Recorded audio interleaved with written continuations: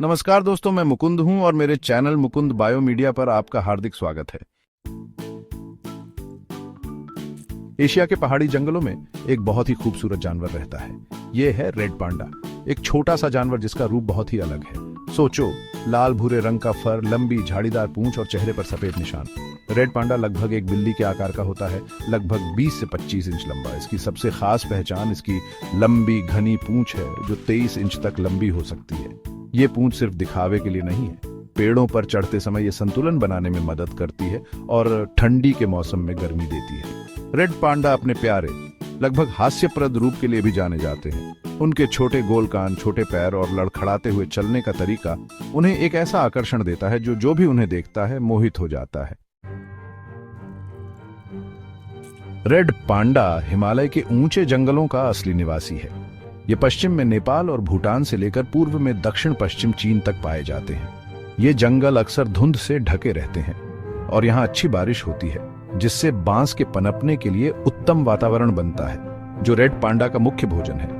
Red panda घने undergrowth वाले समशीतोष्ण जंगलों को पसंद करते हैं, जो उन्हें शिकारियों और मौसम से अच्छी तरह छुपाते हैं।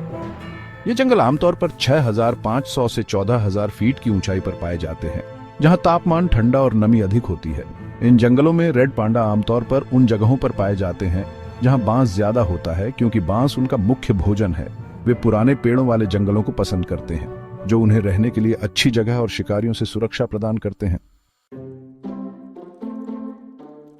रेड पांडा बहुत अच्छे पेड़ पर चढ़ने वाले होते हैं और अपनी जिंदगी का ज्यादातर हिस्सा पेड़ों पर ही बिताते हैं। उनके तेज पंजे और थोड़े से अंदर खींचे जा सकने वाले पंजे उन्हें सबसे ऊंचे पेड़ों पर भी चढ़ने में माहिर बनाते हैं। वे अपनी लंबी पूंछ का इस्तेमाल संतुलन के लिए करते हैं, जब वे आसानी से शाखाओं पर चलते हैं। रेड पांडा ज्यादातर सुबह और शाम के समय एक्टिव होते हैं और दिन की गर्मी से बचना पसंद करते हैं। इन ठंडे समय के दौरान उन्हें भोजन की तलाश करते, खुद को साफ करते या बस शाखाओं के बीच आराम करते देखा जा सकता है।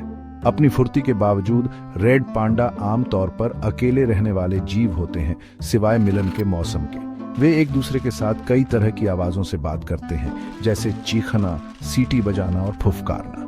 जब उन्हें खतरा महसूस होता है तो वे अपने पिछले पैरों पर खड़े हो सकते हैं और अपने तेज पंजों से अपना बचाव कर सकते हैं। रेड पांडा का मुख्य भोजन बांस होता है, बिल्कुल अपने बड़े, ज्यादा मशहूर रिश्तेदार जायंट पांडा की तरह। उन्हें बांस के अंकुर और पत्तियां बहुत पसंद हैं, जिन्हें वे अपने फुर्तीले पंजों से पकड़ लेते हैं। हालांकि बांस उनके भोजन का मुख्य हिस्सा है, रेड पांडा मौका परस्त सर्वाहारी होते हैं। वे फल, जामुन, कीड़े मकोड़े, चिड़ियों के अंडे और यहाँ तक कि छोटे स्तनधारियों को भी खा लेते हैं जब वे मिलते हैं। रेशेदार भोजन को पचाने के लिए रेड पांडा ने एक खास पाचन तंत्र विकसित किया है।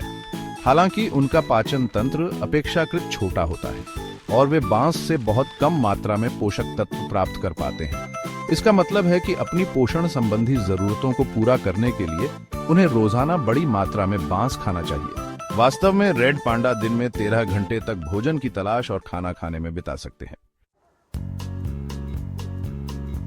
भाग 5, एक प्राचीन वंश। रेड पांडा का विकासवादी इतिहास एक दिलचस्प कहानी है। जेनेटिक अध्ययनों से पता चला है कि वे जायंट पांडा, रैकून या भालू से ज्यादा करीबी रिश्तेदार नहीं हैं, जैसा कि पहले सोचा जाता था। इसके बजाय वे मांसाहारी जीवों के एक अनोखे वंश का प्रतिनिधित्व करते हैं, जो लाखों साल पहले अन्य समूहों से अलग हो गए थे। जीवाश्म सबूत बताते हैं कि रेड पांडा के पूर्वज कभी उत्तरी गोलार्ध में व्यापक रूप से फैले हुए थे। हालांकि जैसे जैसे जलवायु बदली और जंगल सिकुड़ते गए, उनका क्षेत्र हिमालय और दक्षिण पश्चिमी चीन तक सिमट गया। आज रेड पांडा को 2 अलग अलग उप प्रजातियों में वर्गीकृत किया गया है: हिमालयी रेड पांडा एलुरस फुल्गेंस और चीनी रेड पांडा एलुरस फुल्गेंस स्टाइनी। चीनी रेड पांडा अपने हिमालयी रिश्तेदार से थोड़ा बड़ा और गहरे रंग का होता है। भाग 6, संकट में रेड पांडा।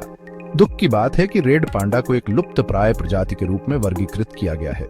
जंगलों की कटाई के कारण उनके आवास का नुकसान, उनके खूबसूरत फर के लिए अवैध शिकार और अवैध पालतू जानवरों का व्यापार, ये सब उनके अस्तित्व के लिए बड़े खतरे हैं।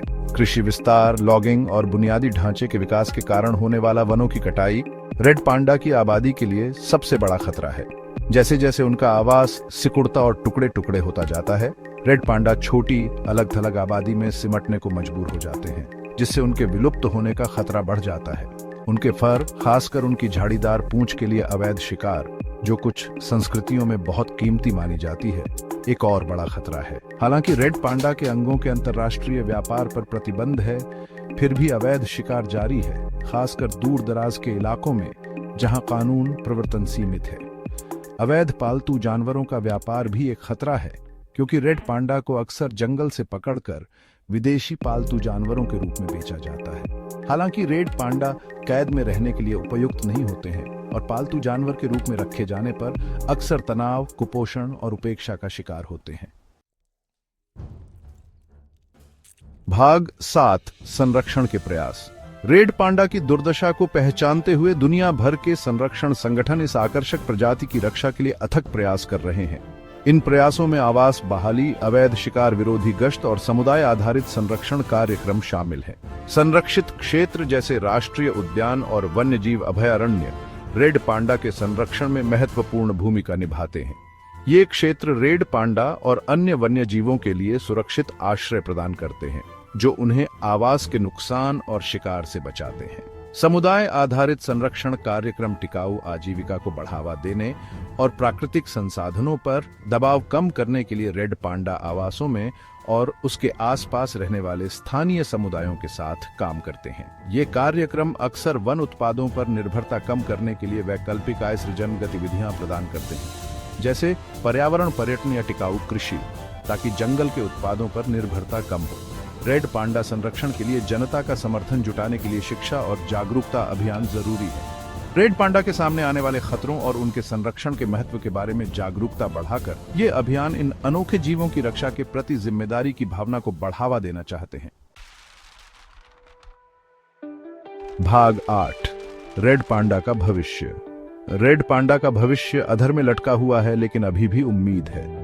संरक्षण प्रयासों का समर्थन करके, जागरूकता बढ़ाकर और उनके आवास पर हमारे प्रभाव को कम करके हम यह सुनिश्चित करने में मदद कर सकते हैं कि ये प्यारे जीव आने वाली पीढ़ियों तक एशिया के जंगलों की शोभा बढ़ाते रहे।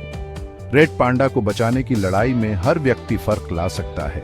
संरक्षण संगठनों का समर्थन करके, टिकाऊ विकल्प चुनकर और रेड पांडा की दुर्दशा के बारे में लोगों को बताकर हम सभी इस लुप्तप्राय प्रजाति के लिए एक उज्जवल भविष्य सुरक्षित करने में योगदान दे सकते हैं। रेड पांडा अपने मनमोहक आकर्षण और अनोखे विकासवादी इतिहास के साथ हमारे ग्रह की अविश्वसनीय जैव विविधता का प्रमाण है।